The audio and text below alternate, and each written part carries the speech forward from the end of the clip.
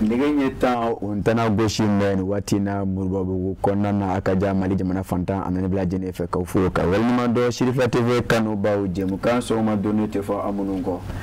kayira ka fo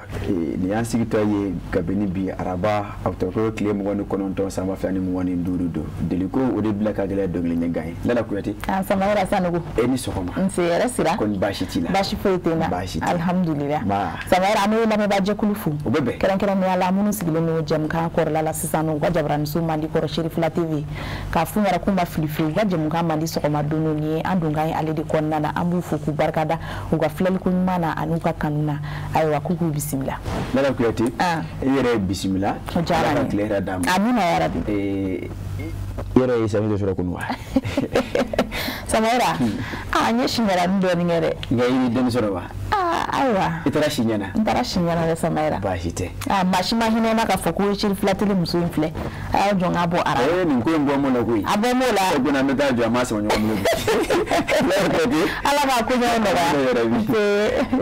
ama mawri ne ko sebe amo bismillah awo ka shoga ka do jim gan kono ndala so awu kaka mero de ni sokoma mba ni sokoma kun bashitila amba wati ne be fulla se mama ani yere joani Sheriff La TV jim gan so maduno ebo de kan watina jama bela jelen sokoma ne togo Mohamed Adi Koulibaly ni école karamogo no Koulibaly sigi la futi sigi la aka ne togo Mohamed Adi Koulibaly ni école karamogo nga spécialité no wa foko anglais kala ni o kalamba jolenye o kafara o kan université la sanfé kalan sola ni kalan wera mun feneke o lettre moderne no lui nanzara ka kalan ni o kafara o kan me foli di awrema awunu siraka hakilito ana kan wule kana anga seka hakilani hamina ko munu bana ko lase jamama ambe awfo la ko sebe anga be ba kilingine belajele ambe foli so ma ni ko lega enseignant odo o jarani welge ami fu ka faki dan ko ni ko ncha maira kulbal ko ko in kwani kai Mohamed ko in fambe nga kulbal ko am kla ko Mohamed se yam to de ko wala ba shi tala ta technicien fanfare tezara kundale anna yaf mabala o furu ka shura ga sekana na la sona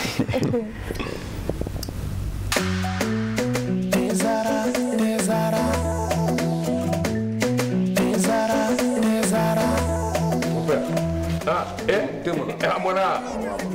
gani dei abe mi wuli tasma ka mon père Mali bebe ni lele bara ni be ni infusé ka jikala ka ke teka uneme jela mon père ni ka ditme ani mo kundo dima te zara mon père am bebe ko kele na sare ni akuma bay e ni do na surprise ki ni do bien mangani sisan wani ye jogo jar te zara te ka tedi abi sambi sababo ni te wore be ni ya kila kura ka segi kana na ka ke ko wa ne ba infusé de mi ha même bien ya kila quoi appelez moi wa je moi on est dédié te ka te la higa so za bole me fele fe nga de jama jara ka duwa ke te zara makele ga danga me na budoji Allah farafide no jara ka duwa ke te zara makele ga danga me na budoji Allah te zara lala kuyati ni tizara ni open for le tizara korne de zara mayonnaise zara lipton zara ai wan TNSC ani tizara yere ai wa adala jilimi o donganya na wala wala gata mu fuko wala jimando jara yokera clip du jour kosabe ande fieni bon sengoro ame fieni bon sengoro soro kana kuna fun balanda ile sera awona la so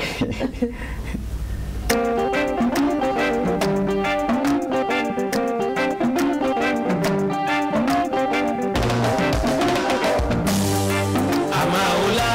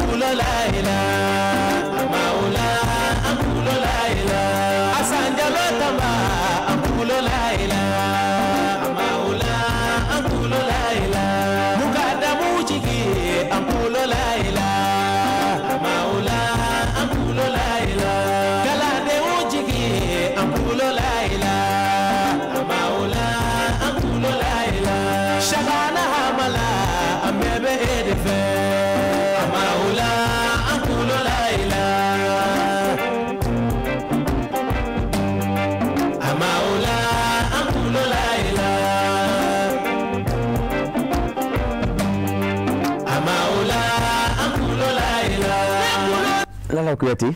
Samaira ko an kulola amalala kosebe ne dum e kulo kame Samaira dusugo wasake dungu da mi shirifu barkada ambulu la hormalaw kosebe ni fana to ko nganye bok man do yaro adola abe ma kulo no bode kosebe amunu fana faraka o do ninge o te basi datuna ni mala bengana lala sabalisa Bodo kuyalige sani anga kuma de bulkema Lala Kuyate anatele ka kono fo mbala ko ta ko kono kuma nga odo wala ke maoyi ka so ka korofo de bulkema o te basi ola jamana fasiri ni o tadala ni e sorta Samaira mi metalige tajiko kunga ministre nyema ale ko ni fulike ka nyeshin jamana kono duma u ka faso de nyuma yala yasa amini wati gele min konna na akasika latike ko nyumana Lala Kuyate ka bene kunu nakadi tartado otoklo klem woni segiye membe tarike o ka kulu krengerne la mi sigile mego comité interministériel de gestion des crises et des catastrophes oyo o kala de la sike de bara en bonya kunta me kadi jamana gouvernement ko tigi dala de ma nakadi a fo général de division Abdoulaye Maiga Lala Kuyate bara o damna mi ya odeyi na manya ka fo bonya be mande ko bonya masigi o yera kan asoro mande Lala Kuyate o la jamana nyama o chwala premier ministre aye fulta kanyeshi taji bara kala bella jenemo nakadi mawma be ni sendo meni wati na baraina wala sa jumna kono don kasika nimisi wasa ozoro Lala Kuyate aye obla jene foni ko tari olu jamna le gouvernement et ses partenaires nationaux akola Lala Kuyate ka fara oka ala bana ka yafuma bara fulita ka nyeshi operateur ko ne bumo Lala Kuyate ka sagana oka ngene nyuma ne oka fasa de nyuma bara uyi musatikala aya gira ka foni watla bayina taji doni choko kana ba malba kono ko Lala Kuyate aye ofurita ka nyeshi omo ka gira ka fo oyeke wali mimbe tare ko fo Lala Kuyate akone etemana oka medeli ko fu ni do fo nyayi do ka fo achela kawi Lala Kuyate osigatigala bara insin fe o daw sere fe ntama made ayela ka fo okoni taji ferio do koni suwanti kuluke jamaje buluma fe ulu ka taji tayora yi kuno anda sera maya Lala Kuyate ni obi sutra mo ni taxi ko fo ka se ambulance ni korbiaru moto sen saba ani telemanu bollo jango ulu ka siga mawo doni kata utayoro la Lala Kuyate otemene ko fe anda be serika ameklenga mi ngoni yaf mabala ko fo no ko bora doya odiye wul masiri tabado ulu ka kewali jugu yi station ko nana Lala Kuyate kunu odabulaka ayira ka fo cheno Lala Kuyate akemenye dimebi kono dimite bawo Lala Kuyate ni makelengo ngoko denje lendo mafena ka fo ko tuwabudu ani tuwabute anasoro iri fegedo Lala Kuyate ni watla bayna belajene ko be na minga odiye ka fo wul masiri tabado munu be blaka tata jiso la wala saka siga mawo ko ne ke basiki kala moy ko ulu de ko belajene fege bawo yi bawo obita ke jago kunyi dawo yera ba ke femero Lala Kuyate wala kuno adaw sira umma wala saka siga dobo o bara o désordre la Lala Kuyate ko jamana nyama Lala Kuyate o ko ni fere ko sigi senka o sira tigala mi tele ko police militaire oye ulu de bla chenre ulu na to ko mun salo ke taji fere wero la ni wul masiri tabawore ni tare mine kibi ki pete kibi ka fere ni Lala Kuyate enemi ngaka onada eka ko kibere fle anya mi salo ka bo primature kono e ka sen primature ka ku kono fo la se bayi a fasir la histoire fait kosebe aiwa Samaira ami histoire blami independanta na independanta Samaira ibai ka fo buguni mara konna na halibi o bamanchi tigila mawo koni ku ubika ye kelengele ni buguni mara konna na o strategy o fe ko ma mara mafentigi chedo ni mara mafon bubulu tambo nyongu kolu koni yira manankoro fanfelawla Lala Kuyate o yira kuma mena pikabu dobe obulu ka fara moto do ka Lala Kuyate ka bene kunu ye o to ko klem woni segido akara yoro la mi yaf mabrani ani manangoro manja Lala Kuyate krengere ma dugula ko ma ko jugu dugu kono ako Lala Kuyate ma ko ni tarasoro o ko ni jometi tawrote obulu bawu bulu feminu be obulu ko ayeme ka fo otaju banindo Lala Kuyate o sigatira la o jome kamana gambi ne konnana wala sa kasiga taji nyine ka ke bulu mafon kono ni obetalike essence la ninga soro ka temeno o kala magala magoyi Lala Kuyate fasirike baya gira ka fo ma jugu nunu yeme kunu ko jugu dugu kono manangoro yaf mabala buguni marabulu konnana ko o koni makuma mafe wa mayira masega filika ke ulade ko ngala Kuyate sebene kumye mi o de ye ni soma ɲana min na ibi sozori jamana ɲɛmaw a ka kɛ yafuma bala wele da ye ka ɲɛsin o ma Lala Kuyate me deli k'a fɔ ye sa ta waati ɲuman o de ye a kurulen ye n'a ma ɲa k'a fɔ o bɛ nin yɔrɔ kofɔlen in na k'a fɔ bɛnkɛmɛ k'a fɔ o ka tajiw de bannen don ko Wolomasiri tabaw ka taa bɔnɛ banfula ta ne ka yanga o kun na jango k'o bila ka taa lahara o ka kɛ lahara dugulen ye ko bon mana kɔrɔ yɔrɔ Lala Kuyate o waati laban in na maajugu ninnu taamɛ solen da ye ka caya o tɔgɔkelen tile 18 tɛmɛnen ye bɔnɛ banfula taara ka cogo o caman kun na Wolomasiri tabaw fɛ Lala Kuyate ka fara o kan yanfola marabolo fana kɔnɔ Wolomasiri tabaw u bɛ deli ka lamagalamaw kɛ bawo maajugu ninnu fana kuma ni kuma e bɛ o ye o bɛ sirajan taama minɛ o kungo kɔnɔ ko ninnu kɔnɔ na Lala Kuyate ka fara o kan kungo kolon min bɛ Sangadugu ko fɔ ka se Kekɔrɔ ani Jalakɔrɔ ma ko Wolomasiri tabaw fana bɛ deli ka septembre kalo tɛmɛnen kɔnɔna na ka taa maa caman kɔni fa o la yi mana min na o kun kɛ bɛ ka yen kɛ u ka so ye ka fɔ ko u na janfa jugu ni k'u boloda ka ɲɛsin jamana kɔnɔdenw ma Abulayi Jara ale ka fasi do Lala Kuyate hakili an bɛ to indépendant kɔnɔ wala an bɛ bɔ indépendant kɔnɔ an de to yi kunnafoni telima bɛ an n'o fara a kan hali bi Abulayi Jara ka karamɔgɔkala don dɛ a ko an ka taa Koro o ye dugu ye min bɛ Joro fɛ Segu marabolo kɔnɔ Lala Kuyate a ko nin waati in na o ka maa caman ye a yira k'a fɔ Lala Kuyate ko maajugu ninnu ni u bɛ taa kɛ ko jeunes mɔgɔw Lala Kuyate ko o taamɛ dugu dɔ dugu min bɛ yafuma b'a la Koro ko fɔ ko ka taamɛ o daw sɔgɔ dugudenw da la ko bali ka taa o ka lamagalamaw ni o ka taa ni segiw kɛ Lala Kuyate a ko u ma da u ma dɛ sira minnu bɛ ni maa bɛ se ka taama o fɛ ka dugu in lasɔrɔ maa dama Wolomasiri tabaw ka sira da olu ɲɛ ko o filɛ ka taa yafuma b'a la pɛnɛ bara n'u ye taa k'o don sira fantan ni naani bɛɛ lajɛlen fɛ Lala Kuyate a ko ka fara yɔrɔ kofɔlen in kan a ko Masina kɛ Masina kɔnɔna na a ko dugu caman de bɛ Lala Kuyate maajugu ninnu fana bɛ daga sigi minnu da la a ko nka dugu dɔw fana labanna ka bɛnkan nati ni o ye walasa olu ka se ka u ka lamagalamaw dɔw kɛ a ko Lala Kuyate o siratigɛ la u kɔni bɛ ka kankari da dasi ka ɲɛsin maaw ma k'a fɔ ko maaw kana diɲɛ ka baara kɛ ni jamana ɲɛmaaw ye ko ni maa sɔrɔla o la k'o bɛ o fa kibaruya filɛ Abulayi Jara kɔni bɛ a fasili ka yira k'a fɔ Wolomasiri tabaw kɔni bɛ labɛnw na kuma ni kuma u bɛ lamagalamaw la ko wa maajugu ninnu kɔni o sigi mɛ ye u t'a dɔn don min na Wolomasiri tabaw bɛ bɔ o ni san cɛ n'o kɛra ka sɔrɔ ka taa bɔnɛ banfula suru o kan jango ka se ka fiɲɛ bɔda di dugumɔgɔw ninnu ma Lala Kuyate u ka tɛmɛ u ka lamagalamaw ye ko o ye kɛwale ye min yafuma b'a la o ka janfajugu ninnu u bɛ k'a bila marabolo caman na dɛ a ko san marabolo bɛ o la o baw n'i ye dugu dɔ fɔ i n'a fɔ Benena Timisa Lafiyala o ni o ɲɔgɔn caman Lala Kuyate u bɛ o fana na Lala Kuyate ka sɛgɛn u ka baaraw ye Dɔgɔfiri ani Sokolo fo ka se Nampalama ko o fana bɛ o la ko nka Wolomasiri tabaw u bɛ labɛnw na i n'a fɔ u bɛ deli ka kɛ cogo min na walasa ka se ka jamana kɔnɔdenw ni o bolokɔnfɛnw bɛɛ lajɛlen lakana Abulayi Jara ale ka fasi do Lala Kuyate kosɛbɛ Samayira n'a ye indépendant bila an bɛ indicateur de renouveau ta n'an y'o ta Samayira ko ka sanga ni ɲɔgɔn dɛmɛ binankun ye jango an bɛ nin waati gɛlɛn min na ni o ye tajiko ye a yira k'a fɔ ko kariw kɔni min bɛ tali kɛ kari 27 la olu kɔni bilalen n'o Bamakɔ sira dɔw kan fɔlɔ sɔngɔnɔgɔn fana na yaasa jamana kɔnɔdenw bɛ se ka bɔ ka t'u ka ciw kɛ ka segin Lala Kuyate a ko a bɛ maana yɔrɔ min kan o bɛ sira belebele 7 ɲɔgɔn ko fɔ Lala Kuyate a baaraw daminɛna octobre tile 28 a bɛ to so nafa tari don novembre tile 2 a ko Lala Kuyate a bɛ daminɛ 6h du matin ka taa bila 11h ani 15h ka taa bila 20h a ko Bagineda da ka taa bila Tour d'Afrique la kari minnu bilala o sira kan ka se ka manefinw don ni basigi kɔnɔna na ani nɔgɔya kɔnɔ o ye Afrika Tour ani Sumatra ye Lala Kuyate ka se farafina Tour ma a ko Sanakɔrɔba ani yafuma b'a la Tour d'Afrique ɲɔgɔn cɛ a ko heure ɲɔnɔ kariw de bila mɛ o ligne kan a ko Lala Kuyate aéroport fo ka bila place OMVS la a ko o heure ɲɔnɔ kelen ka se Bani transport ma o bɛ ye a ko an Moribabugukaw ka bɔ Moribabugu ka taa Gabriel Touré rond-point na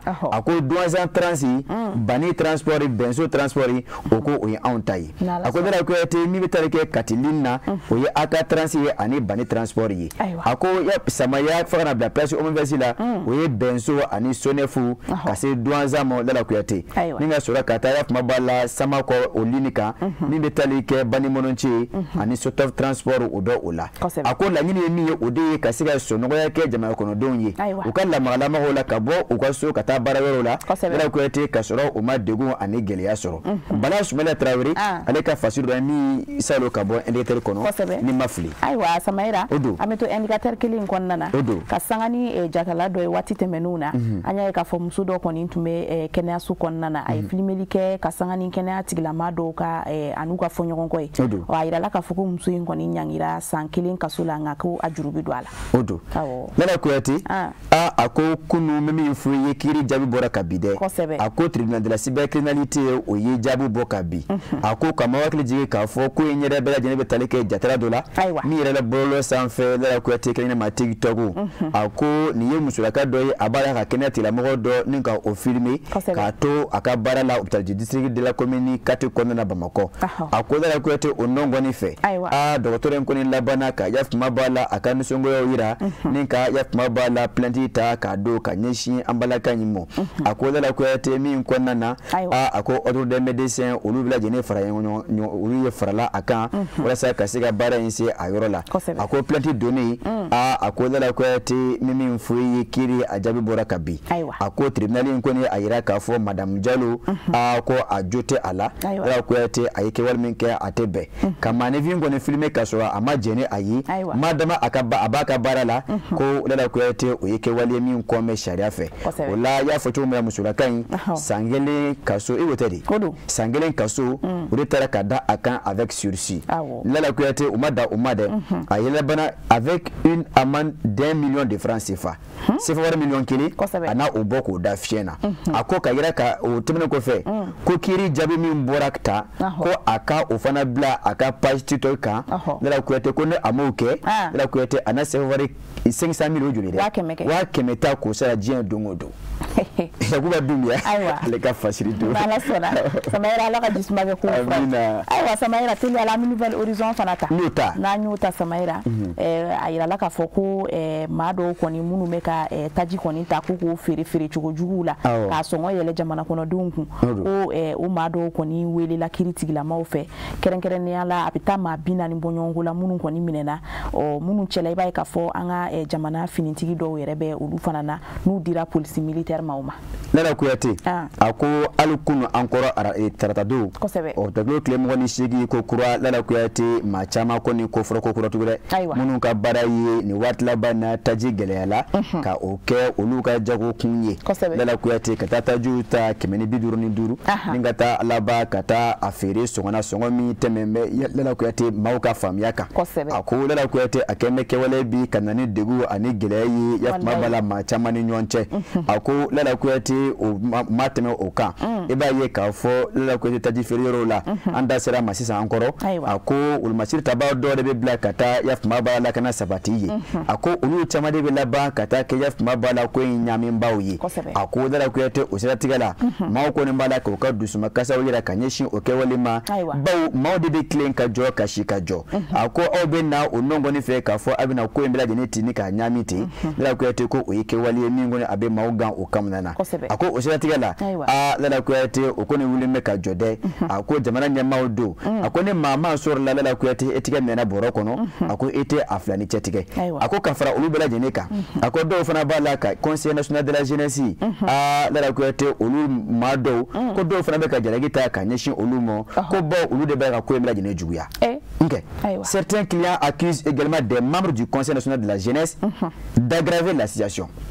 Nazarakan tɛ a ko Nana Kuyate a ko n'i ye a ta ka lajɛ a ko o siratigɛ la ka fara olu kan wolomasiri tabaa dɔw de fana Nana Kuyate hali bi taji feere yɔrɔ la u bɛ taa u ka fanga yira ye k'a yira k'a fɔ anw de ye tenitigiw ye anw ni kan ka don ne fɛ anw kan ka kɛ tan anw kan ka bɔ tan a ko Nana Kuyate nin bɛɛ lajɛlen b'a la ka dɔ fara gɛlɛyaw kan taji feerew kɔnɔna na a ko o la jamana ɲɛmaaw kɔni b'a la ka maa minɛ daminɛ ka ban ni maa ma cogoya fɔra ni maa ma yɛrɛ Nana Kuyate ko u bɛ nin kari ko simɔ ka taa ni ye amitié di polisi militaire ma Nana Kuyate min kan ka da e kan o n'a o da e kan nka jamana kɔnɔdenw bɛɛ y'a yira k'a fɔ ko jamana ɲɛmaaw ka numéro vert dɔw bila numéro vert dɔw ni maa ye maa dɔ ye dantɛmɛwale kɛwale dɔ la i bɛ se ka o numéro min fin ni fana jango ka se ka kibaruya lase télé la jamana ɲɛmaaw ma Nana Kuyate ne fɛ o fana hakilina ɲuman ye dɛ o ye tiɲɛ ye Samaira numéro vert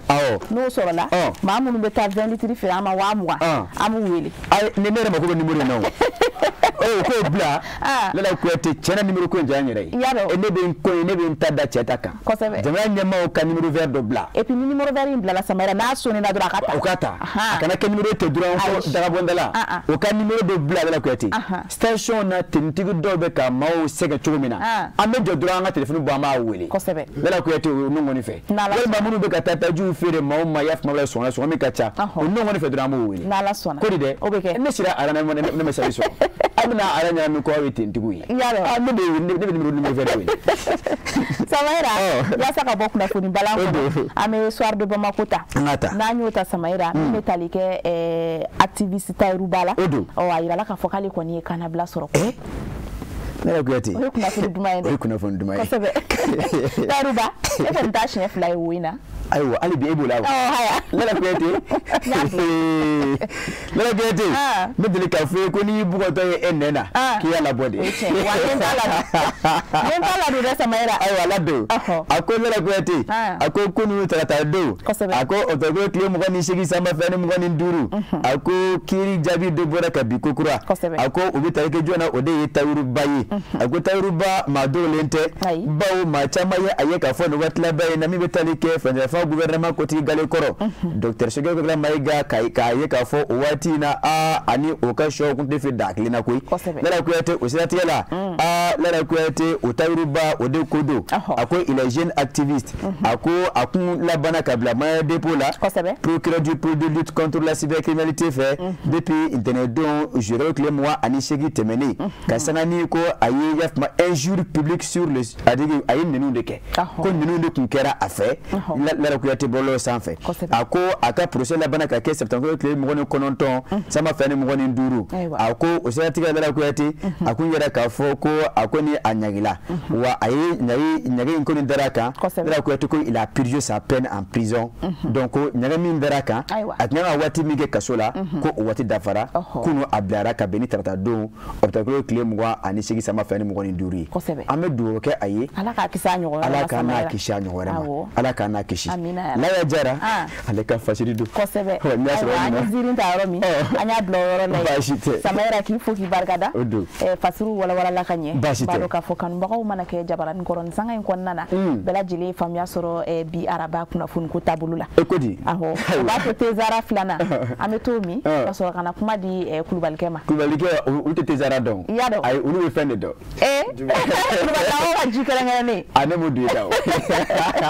yana ka kla agara kulubalka yani kulubalka ka kla jamngana ana wa jikala ngene ndo nyini abla ulu tayi mi shira kumunai anta toni je fanfe ka fieni mo singoro tezara kumflana enna no mi ka do di kulubalka ma ko jamga ko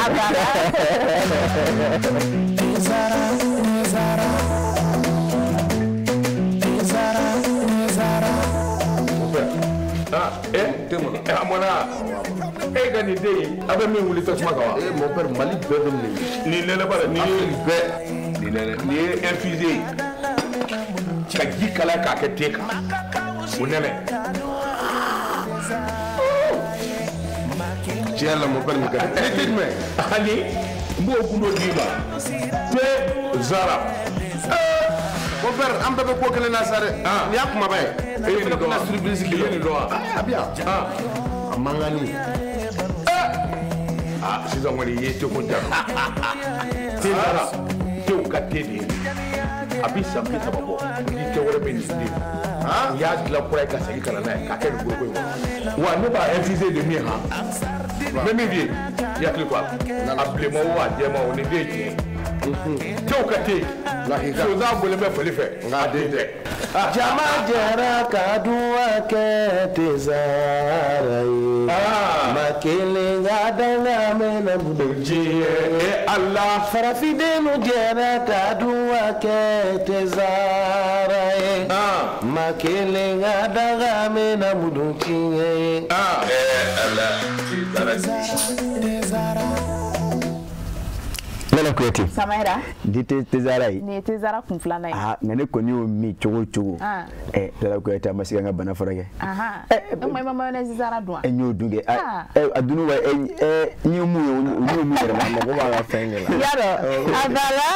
Lala Kuyate. Kose. Ba mo ko ko fuite war ko nyala bonu war ko ni warete. Eche. Watina. Fuite santi ko nyala bonu santi. Ma yere kandabla. Lala Kuyate ma sega na ku. Yaro. Kuru ne re mi. Sala fa nyebe fen na sa velitri falinkili. Kuta ko ja. Abana. Na to bla. Ni nyo bla eme pura kala tigede ko beledri falenkele tajiwa wala do wede ni mi kuma to da dola to bobe trela wala bajite abese ka sema ko walke anya je ka fo Lala Kuyate jamana nyema ka sangane ametaji ko gelamina ni amo kumana jamana nyema ayera ka fo ka kalanso datugu ka damine otoko claim wonu wuluvla ka tabla dongo clé kononton a clé tanado ko kuru ka damine école karamogo ya fo chogomina be barake école so konana ni o chamanje kalanso lycée yelo hakiliyan yere yere bayi chogo jumena nere yetugo mi ala folo no ye nere kilna ye koina no ye anga ministry ame foli dama ni kenen konana Amadou Si Sabani ministre de l'éducation ame foli belebele dama ko inte décision ye folo mais munne nana nay amode nyinin ko don no ye tajiko gela mi be jamana konana sisa no solution mi se ga soro ola o gumu konana ani kalango yɛrɛ kɔnɔna na denmisɛnninw kana to so a kana kɛ degun wɛrɛ ye denmisɛnninw ma u ka niveau cogo la ani an minnu yɛrɛ ye ancien privé n'an ko a ma kɛn yɛrɛ ye maîtres secteur privé la fɛn min don degun caman bɛ a kɔnɔna na décision in fɛn jugu tɛ nka a kuntala kana janya ni a kuntala janyana a bɛ se ka kɛ degun ye anw secteur privé baarakɛlaw ma n'an ko a ma ko kɛyɛrɛ ye baarakɛlaw a ma nɔgɔn an bɔra congé la sisan vacances la sisan sɛgɛnnafiɲɛ la n'an bɔra sɛgɛnnafiɲɛ wɛrɛ la a kow ka ca tiɲɛ yɛrɛ la mais sisan o Lala Kuyate ne tun b'a fɛ ka dɔn yɔrɔ Kulubalikɛ kɔni ka yita la ale fɛ ko jugu tɛ ka sɛgɛn ni jamana yɛrɛ cogoya ye nka a kana mɔnɔ bɔ a kana janya bon n'a janyana furu ni laban o ma to a dugussara la a bɛ to ka Kulubalikɛ ale siga t'a la n'a ma ɲɛ a b'o cogo la aw minnu ye kɛnɛrɛ tigilamɔgɔw ye aw n'a ka ɲɛmɔgɔw ni ɲɔgɔn cɛ yala ko kɛlɛ ta an ma sigi ka fɔ kɛ wa ko in kɛlen ni bi cɛ an ye sigikafɔ ni hakilina dɔw ta ko in kɔnɔna na bari n'i bɛ baarakɛyɔrɔ la ɲɛmɔgɔ de b'i la n'an ko a ma ko école-tigiw minnu ye secteur privé ninnu promoteurs ye ani proviseurs an tɛ se ka hakilina ta an yɛrɛ an kɔni an bɛ ɲɔgɔn ye an bɛ hakilinaw falen ɲɔgɔn na walasa solution bɛ se ka sɔrɔ problème in na o dɔ ye mun ye an bɛna ni tile 10 min sigi ka fɔ ka se kalo kura ma n bɔra k'a fɔ sisan ka kuma kɔnɔna na anw bɛ sɛgɛnnafiɲɛw la kalo 3 ɲɔgɔn na fo ka surunya kalo 4 ɲɔgɔn ma an bɔra o kɔnɔna na ka na an ma tɛmɛ dɔgɔkun 4 ɲɔgɔn na kan n'a fɔra ko baaraw jɔra ka kun kɛ ko bari ko tajiko gɛlɛya bɛ jamana kɔnɔ o ye jamana yɛrɛ n'a ka kɔlɔlɔ ye o jamana kɔlɔlɔ a kɔni bɛ se bɛɛ ma komi tajiko kɔlɔlɔ de tajiko kɔlɔlɔ a bɛ se bɛɛ ma kɛrɛnkɛrɛnnenya la min ye an yɛrɛ école karamɔgɔw ye ko fiɲɛ mana wuli bɛɛ bolo b'i kunna donni na an fɛnɛ nin wagati in na an fɛnɛ bolo b'an kunna donni na fiɲɛ kana taa n'a ye o bɛ se ka kɛ cogo di an bɛ sigi ka fɔ minnu kɛ ni an n'an ka école ɲɛmɔgɔw ye walasa wagati min bɛ n'an bɛna kɛ sigi la a ko bɛna se ka lajɛ cogo di yari an kan ka tɔrɔŋɔɲɔ minnu sɔrɔ o bɛ sɔrɔ wa o tɛ sɔrɔ wa ne bolo ani ɲɛmɔgɔw ani olu ni ɲɔgɔn cɛ an ye hakilina caman fara ɲɔgɔn kan komi minisiri yɛrɛ y'a fɔ ale tun kɛlen don ka programme min di u bɛna essayer ka mɔnɔ bɔ wagati min fɔlen don donc ne hakili la tile 10 in a n'a sera ka mɔnɔ bɔ kɔfɛ k'a fara programme kan walasa an enseignant privé an bɛ se ka wagati min perdu an bɛ se k'o sɔrɔ cogo min na ani an ka ɲɛmɔgɔw fɛnɛ n'o y'an ka ekɔlisotigiw ye olu bɛ se k'u hakili to an na cogo min na walasa nin dekun dɔɔnin bɛ se ka bɔ a la kɔnɔ tɛ fɛn min don a ma nɔgɔn kosɛbɛ an bɛɛ kɔni bɛ jamana ko la nka gɛlɛya min na ne fɛ tajiko in nin tɛ an si ka laɲini ye. Ayiwa Samayira o faamuna nka sisan Samayira ne tun bɛ fɛ ka ɲininkali min tugu o la parce que ko in bɛ olu concerné cogo min na a bɛ kalandenw fana concerné ten yala kunnafoni min selen aw ma yala kalanden somɔgɔw an n'olu ka réaction kɛra cogo di vu que u denw bɛna to so nin wagati kɔnɔna na a bɛ se ka kɛ sababu ye fana ka denmisɛnninw yɛrɛ ka kalan perturber vu que kalan taara sisan de donc u dusukun an'u hakiliw m'a minɛ kosɛbɛ kosɛbɛ donc ni nin fana bilali nana kɛ est ce que a tɛna jouer denmisɛnninw ka niveau ka dɔɔni wa. o ye tiɲɛ ye a bɛ jouer denmisɛnninw ka niveau kan min ye ekɔliden somɔgɔw ye n b'a dɔn ekɔliden somɔgɔw yɛrɛ ɲɛ b'a la min bɛ ka kɛ bi a dogolen tɛ mɔgɔ si la a bɛ n'a fɔ funufunu n'a tɛmɛna bɛɛ b'a dɔn ko fɛn dɔ bɛ ka kɛ o yɔrɔ tile gannen mɔgɔ min b'a fɔ ko nɛnɛ kɔni b'i la kɔni a ko wɛrɛ kɔni na k'i kɔnɔ donc min y'an ka parents d'élèves ye comité de gestion b'an bolo ani a caman ye ɲɔgɔn ye caman a digila caman na nka u tilala ka a faamu a bɛ faamu mɔgɔ kelen ko tɛ i y'a fɔ cogo min na mɔgɔ kelen ko tɛ nka sisan min ye denmisɛnninw yɛrɛ fɛnɛ ka yɔrɔ in ye ka d'a kan kalan ye fɛn dɔ de ye hakili don a bɛ n'a fɔ hali balontan n'i b'a kɛ n'i y'a bila a b'i bila kalan fɛnɛ bɛ ten sisan denmisɛnninw ɲɛnɛ ka di kosɛbɛ u ɲɛnɛ ka di walasa ko in a kana degun siri u ma kosɛbɛ o bɛ se ka kɛ cogo di dɔw bɛ se bɛ minnu ye minnu bɛ cours privés la donc moyen bɛ minnu somɔgɔw ye donc an b'a ɲini olu fɛ hali bi u ka se ka denmisɛnninw dɛmɛ ni o cours privés ye nka se tɛ minnu fɛnɛ ye an b'a ɲini o yɔrɔ in fɛnɛ kɔ olu fɛnɛ bɛ se k'u hakili to denmisɛnninw na series ka ca filières ka ca minnu ta bɛ se ka kɛ lecture ye so an ye dɔgɔkun 4 min kɛ fo ka na se bi ma fɛn dɔ kɛra o programme dira en même temps fɛn minnu kɛra u bɛ se k'olu réviser walasa i kana bila retard la o la i bɛ dɔw kalan a bɛ groupe d'exercice bɛ denmisɛnnin dɔw fɛnɛ bolo a fɔra ko ekɔliw ka datugu nka mɔgɔ ko kalan fɛnɛ ka dabila dɛ minisiri m'o fɔ mɔgɔ si ye o la an b'a ɲini denmansaw fɛ o yɔrɔ in na u k'u hakili to denmisɛnninw la so walasa denmisɛnninw ka dɔ bɔ yaalabaw la k'a fɔ ko nin ye kalan jɔlen congé ma bila dɛ kalan tɔba bɛ ka taga foyi ma kɛ fɔlɔ nka min kɛra walasa u kana ɲɛnɛ adamaden yɛrɛ ye ɲɛnɛ ye fɔlɔ an k'an dija ka se ka kalan kɛ ka exercices kɛ ani en même temps maître minnu fɛnɛ bɛ yen ka se k'a jija ka exercices fɛnɛ ci denmisɛnninw fɛnɛ ma u ni administration bɛ se ka baara kɛ o la administration suguya fɛnɛ bɛ se ka o fɛɛrɛ ta i n'a fɔ ni an y'a lajɛ bibi in na fɔlɔfɔlɔ la an tun b'a fɔ ko corona wagati la wala 2021 kɔnɔna na donc 2021 walasa denmisɛnninw bɛ se ka kalan kɛ à distance k'u to so walasa ka cours kɛ OTM yɛrɛ tun y'a kɛ kuma dɔw la donc jamana yɛrɛ tun ye o laɲini dɔw kɛ donc u fɛnɛ se tɛ bɛɛ ye téléphone tɛ bɛɛ bolo denmisɛnninw a kow ka ca kosɛbɛ nka ni u sera ka exercice nin ci a ka di responsable de classe ma komi an bɛ baara kɛ n'olu ye kosɛbɛ donc u k'a lase tɔw ma u k'u exercer sani nin ko in ka ban. Lala o ye ekɔlidenw ta ye n bɛ segin ka na olu yɛrɛ ma kɛnyɛrɛ ye ekɔli karamɔgɔya Mali kɔnɔ a dogolen ma la Dala Kuyate kalo 4 bɔɲɔgɔnko u ye o kɛ Sanso Dala Kuyate o ka tɔrɔmɔɲɔ o m'o sɔrɔ bawo caman bɛ baara kɛ heure de la ni heure min kɛ i b'o sɛbɛn ni kalo sara o b'o fara ɲɔgɔn kan d'e ma minnu bɛ ni contrat bɛ o ni kɛnyɛrɛ kalanso ni ɲɔgɔn cɛ o man ca heure la baarakɛlaw don yɔrɔ ka sanga ni gɛlɛya yɛrɛ n'a cogoya fana ye yɔrɔ o ekɔliso tigiw fana tɛ se k'a lajɛ octobre kɔni kɛra ka ban u kan ka se ka sɔrɔ bawo heure caman kɛra o kɔnɔna na mais novembre min ni a bɛna don o kɔnɔ yɔrɔ o kow bɛna kɛ cogo di ni kalanw taara don min na de o fana compte bɛ daminɛ wa tari u b'a fɔ ka sanga ni ko ye face à des situations exceptionnelles il faut des mesures exceptionnelles yɔrɔ olu fana na aw na fɔ ɲɔgɔn kɛ ni o ye jango ka se k'o daminɛ o daminɛ na wa hali ni tile 10 fɔlɔ min na buru a ka se ka o hakɛw sɔrɔ wa. o ye tiɲɛ kosɛbɛ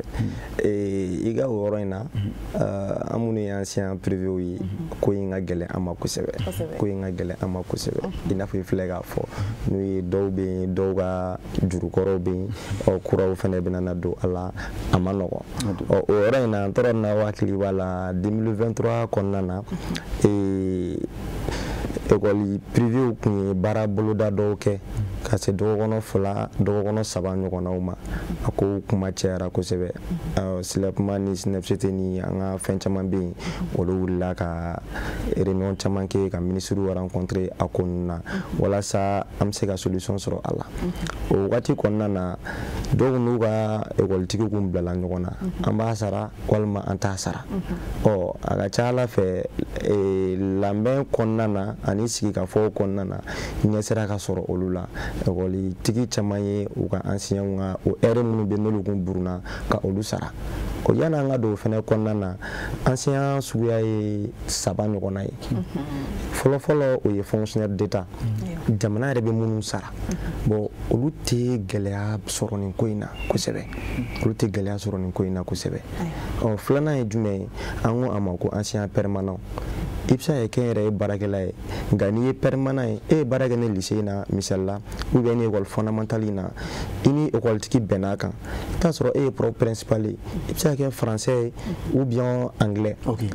i bɛ taa sɔrɔ la e ka heure ka ca taux d'horaire ka ca école so in na kosɛbɛ contrat de bɛna kɛ aw ni ɲɔgɔn cɛ i bɛ baara kɛ ne bolo n bɛ se k'i sara nin na e bɛ kɛ permanent ye ka d'a kan kɛnyɛrɛ ye maître karamɔgɔ ninnu u tɛ sara vacances sɛgɛnna fiɲɛ wagati kalo 3 minnu bɛ kɛ n'i y'a ta ka taa mois de juillet jusqu'en septembre juillet septembre u tɛ sara donc a ma nɔgɔn a bɛ jateminɛ de sisan min kan ka d'e ma i bɛ heure min kɛ ka hakɛ a bɛ bɛn hakɛ dɔ kan o fana ye taux d'horaire de fana ye donc o bɛ d'i ma kalo o kalo bɛ d'i ma baara kɛra o baara ma kɛ o bɛ di e ma kalo la o fana kɔfɛ vacances fana kɔnɔna na walasa i bɛ se ka kɛ 12 sur 12 ka taa san kalo fɔlɔ fo kalo laban e bɛ sara o la o ye filanan ye n'an k'o ma ko permanent administrateur caman fana b'o fana kɔnɔna na donc sabanan an k'o ma ko vacataire ni caman bɛ an wele yɛrɛ sisan ko mercenaires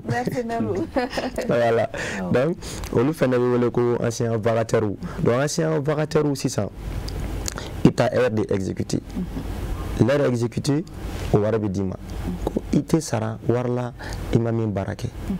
yɔrɔ a ma nɔgɔn o kuma ɲɔgɔnya o de la syndicat bɛ sigilen bɛ nin ko in na walasa degun min yɛrɛ bɛ an privéw kan ni an école karamɔgɔ minnu bɛ évoluer privé ninnu kɔnɔna na ka se ka degun in bɔ an kan o to syndicat ninnu fana bɛ olu kɔnɔna na donc o la sisan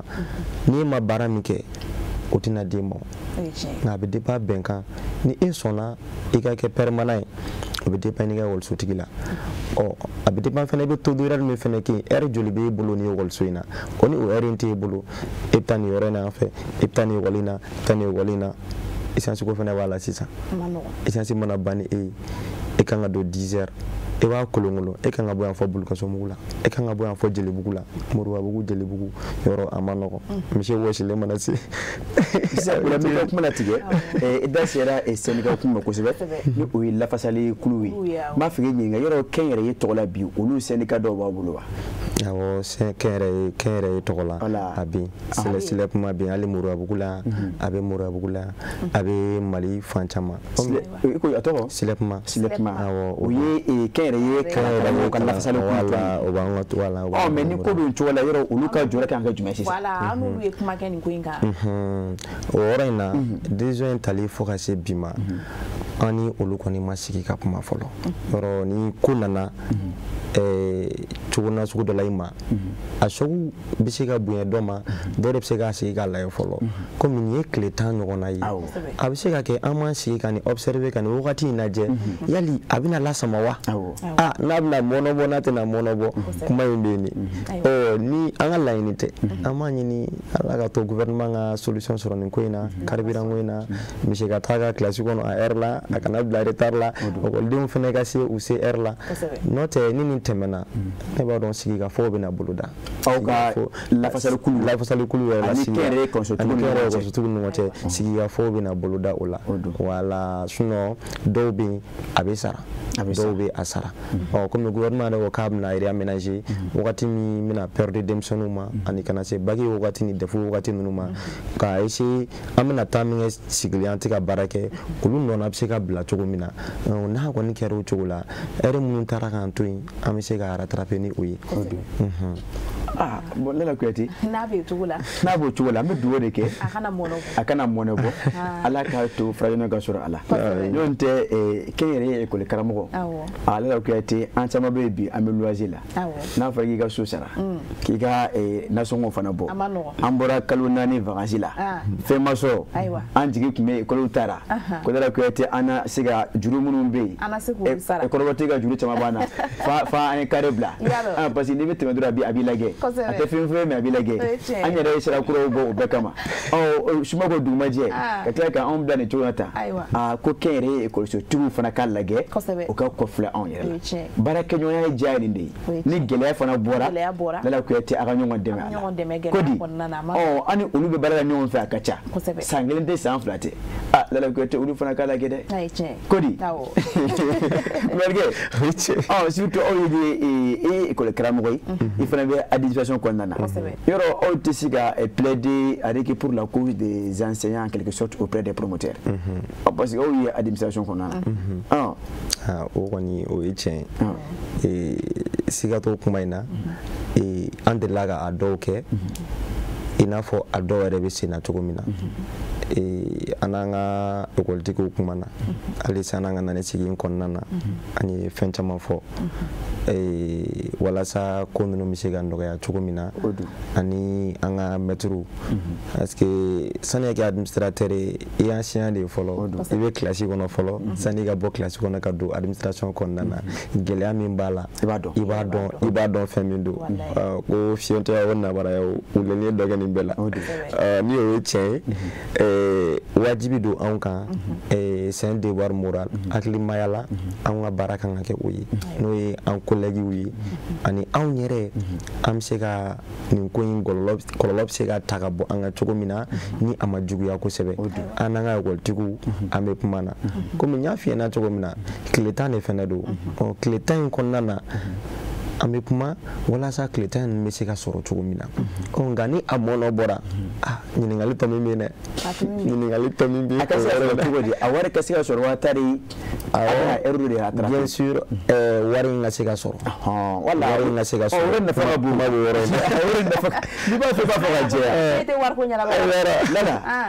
n ka muso ko ɲɛnabɔ a tɔ ye furu nafolo ye i ma fɛn k'a la fɔlɔ sisan sigikafɔ kɛra nka wari bɛna sɔrɔ o de ye kuma ye voilà la ko pour que tile 10 ka se ka sɔrɔ mais mun ka sɔrɔ ale k'a fɔ de tɔrɔmɔɲɔ in ka sɔrɔ o fɔra ne de jɛra ne la Kuyate o de bɛ anw fa n'o de f'u ye n ko ji ni dumuni a bɛ kɔngɔ de minɛ a basi ka bɔ maanifin na mais kunnafoniya jɛlen o bɛ maa fa hakili la ka sɔrɔ i ma fɛn bilen da i ka o kuma in ye tiɲɛ ye kosɛbɛ i ka o kuma in ye tiɲɛ ye sigikafɔw olu sigikafɔw bɛ sen na i n'a fɔ n y'a f'i ɲɛna cogo min na bari fɛn dɔ fɛnɛ don a kan ka di i n'a fɔ a man ka di cogo min na munna a man ka di bari n'i ye baara kɛ a wari bɛ d'i ma n'i ma baara kɛ i kɛ man di k'a wari sɔrɔ o ye tiɲɛ nka sociali bɛ yen baara yɛrɛ sariya ye minnu fɔ n'i y'a ta k'a lajɛ a kan ka di sisan ne la Kuyate ayi a dɛsɛ yɔrɔ min ma yɔrɔ fɛnɛ in na sociali bɛ yen sociali ne la Kuyate a ka gɛlɛn bi e baara kɛ ɲɔgɔn dutigi surtout an bɔra vacances la wari ka kɛ e kun ne la Kuyate e k'o wari to e kun parce que ko a kan ka heure dɔ kɛ k'a m'o kɛ e dun ɲɛ b'a la a bɛ nasɔngɔ de bɔ a bɛ so sara a bɛ courant sara bolifɛn b'a bolo ne la Kuyate n'i mana gɛlɛya cogo o cogo u yɛrɛ ka gɛlɛya tɛ fo gɛlɛya in bɛ jamana bɛɛ fɔ bɛɛ de kan alatigɛ de don fo a nana bi an kan cogo la donc n'o don an kan ka ɲɔgɔn dɛmɛ don ɲɔgɔn dɛmɛ ɲininen don a kɔnɔ sinon o yɛrɛ la ne quand il a parlé du social là j'ai beaucoup apprécié donc c'est à dire que juste je vais dire aux promoteurs avec vraiment de revoir surtout ce côté surtout ce côté social parce que là le ça bela jire ngono baraka ñongo parce que ni ame école karamo do la école karamo fana titaka école surtout o tagama ñongo ñe sanka do nana donc ni gele acuna aw kan san kon nana hakila aw be hakili de fara ñongo ka sika o gele yan yidi ka ñongo deme ko o sinsin akono ko sebe ya sa gele yan amesika bo akono ko ma ere afa chum kle tandorondo donc amba la ñina ka tane do ñewa ay do boisa tigi bolo doronte de ma tigi bolo ko kle tan na so ngosa misala do do ke mesaba o juli kle tan doronte le tan de do le tan de follow la do ni de aywa ba janga ta jeli so na so be to do aywa ku walike sisa ame korofo sigima o la ñini keren ni mi yere manake e bulu halibi kan yashi école sutuguma maître tola kenyere maître tola o ikasiga o la ñini lasi awo e ka kuma nyana ko sebe o kenyere maître ane bulu le fe bi kuyi e na ko te aga gele ka gele o gele da ko sebe ka gele turu amano me ala de atiki ame kuma sigin kulu walike malla ñini keren ni mi mana ka bulu kan yashi école sutuguma kenyere karamugo tola ikasiga o la ñini lasi awo ina fo nya fo tugo mnanga kuma konna na ya me ko ya administrateur ya me ki ni école karamogo e dona classe wono de folo adasira de gun chama mama no yi anga sosarawi no yi anga nasawi e banade kenadi amano la era fana comme so ko wesina comme feye kama so hatuni la adite na bi addition fam so en jabara ni koro la abeta rengena dinga la bolu danima ko ani sabi na amano ko ni se mara ben ora la me wuri la kamin la si ana me la ni minasi o so tuguma oro ina ku wakilito enseignant privé la amunu bi kere barada yoro la ne bolo degu mindo amado nyade mindo ke kono dimite gouvernement ya ko de kanga ferege taji ko yer la nga hine ngona wala ni essence chama biga mobili kono wal maiga moto kono yoro munum sege sina o ken ne gesola munum sege sina iko ge sina yoro munum re ne geso iko ge ne gesola ali ni circulation na sisan mo be ga ñogon deme circulation na ire baro ko tiere la malien de kubanka ga ahine be ñogona ni social mi fo minani oroyi ni wol so tiguwi o ga o social naje o sika deme feneke awni wala sa anga bo de kuin konnana ko wakilito na ko sebe de ko mi banga ni wakatina amano esa tawu sisa ansigile fleso ni barawre te mo gomina iwage tugudi an jigi semero fene olu ni wakati na an alaje an hakilito nyona wala sa dugu mi se kan noya amma chogomina fen fene kana ge dala foyi aga bla wala aga la wala o be ja an ko sebe école privé ni ancien privé ou bela de lentola ame je ko wuri da kanke o wa segu hakilito ana nga una hakilito to tola nga eye chogoy ese mana hakilila ame kasiri be chogoy so on me fana metri talent wala mai ke chugutu ai metri talent woni ni samaira anda awo wadu de la khafuena ko chayi ko fe flabi ko ojugo ba fla kan ye tebakoro bela ko folo ko tebakoro kan ke dibi ke manka do fana mi ko tebakoro kan ga ke sadiri ke ka de muto era me ka kena fo fenti e ba so leta oyi no mi akan si me bi to tona hakito on to wala shake no mata hakito ni mo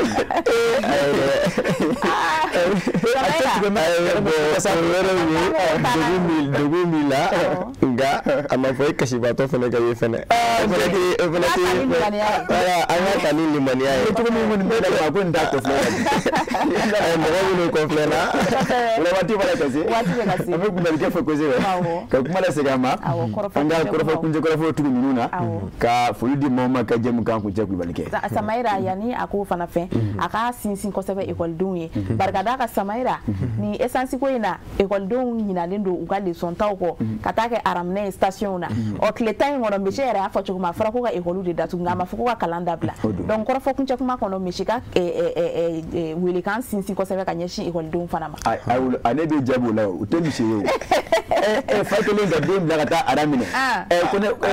bɛ taa Guinée ka na sɔnni sɔrɔ ka na e bɛ se ka ban wa ko n bɛ leçon ta wa ma ko cogo di e bolo bɛ n kɔnɔ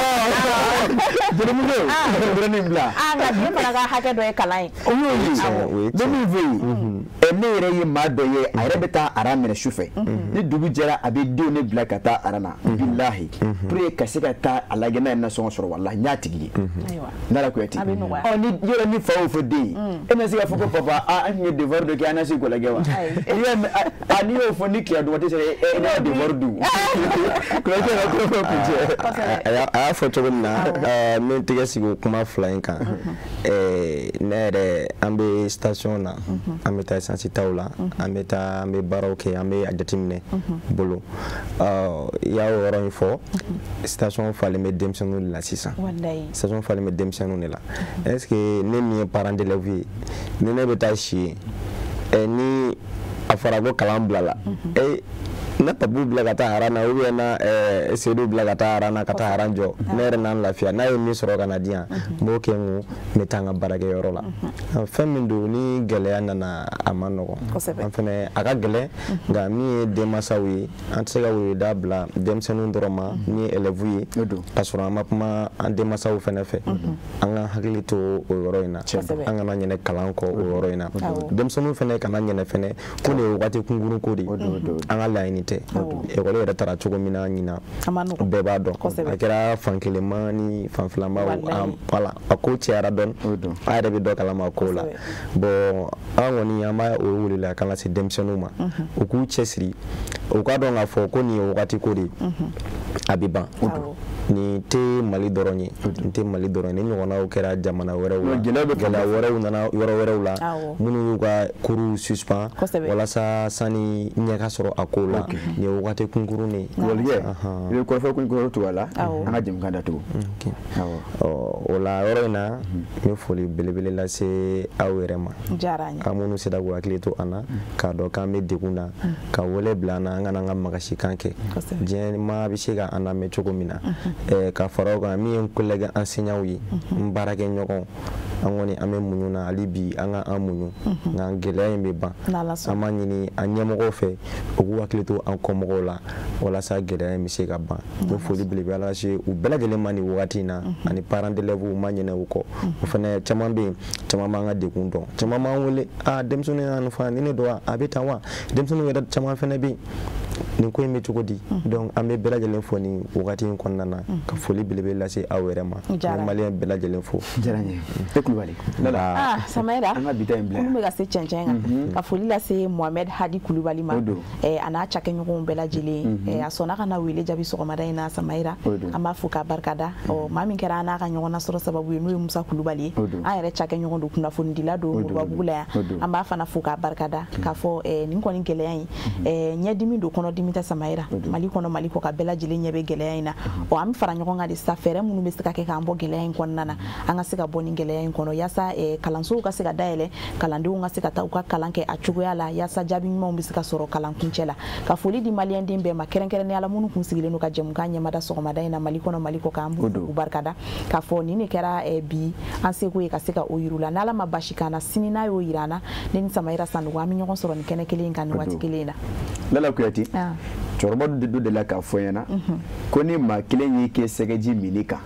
Lala Kuyate ko n'i ye gɛlɛmajɛ kelen sɔrɔ la ko a b'i faa ko nka ko filen falen sɛgɛji la ko n'an bɛɛ farijɛ na ka sigi a kan tigɛ fara min ye ko an b'a min k'a ban ka sɔrɔ a ma dankari maa la o kɔrɔ min ye ni degun waati sera n'an farila ɲɔgɔn kan ka ɲɔgɔn dɛmɛ Lala Kuyate a dɔw la degun bɛ tɛmɛ ka sɔrɔ a ma digi da maa kan o la an bɛ wele da jamanakɔnɔden bɛɛ lajɛlen ye Lala Kuyate an ka baara kɛ n'o hakili ye an ka ɲɔgɔn dɛmɛ o cogo la la janko anga boni da ko konnana ndese ka ke mali da kanye dala ko te kabila jine fo kabila ma don mali kona ani mali ko kamunu musiki me kanye manda jimu kanfe anga nyama ya so antese ga o foli la o de El Hadji Ousmane Sogore ni watina ani aka barakela o fablo ko so mokulu denna service commercial o kabila jine fo yi kana on yere fe ya anga tekni la kabila jine fo atwana jamuna kasangani watina chogo yi dala ko te ka ku wal kayra fo afo ko ana ke sanoye no o kela la nyama mauna hina ala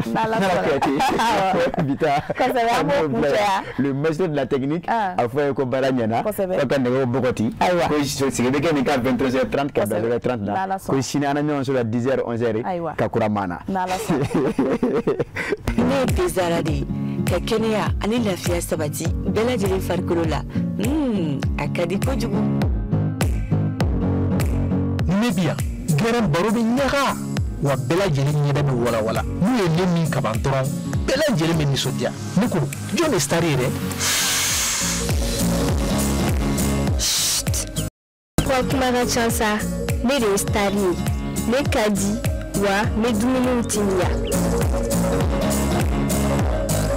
ne de lezarai ne kadi demisanu ye wa mokokorobaw kerebete ka autone minina abaw kolo sigi ka o modia o de ato ne kadi demisanu yo kosebe aw yɛrɛ fɛ jumɛn ka di ani jumɛn de bɛ n'an cɛɲa ne de don tomate concentré zara ne kelen pe dɔrɔn awɔ nka an bɛɛ de sara n'aw ko dumuni sanuman caman a ye tobiliko la sanbalaɲɛ sugandi n'o ye zara ka dumunifɛnw ye a bɛ sɔrɔ mali feereyɔrɔ bɛɛ zara ye nouveau soleil SARL ka produit dilannen ye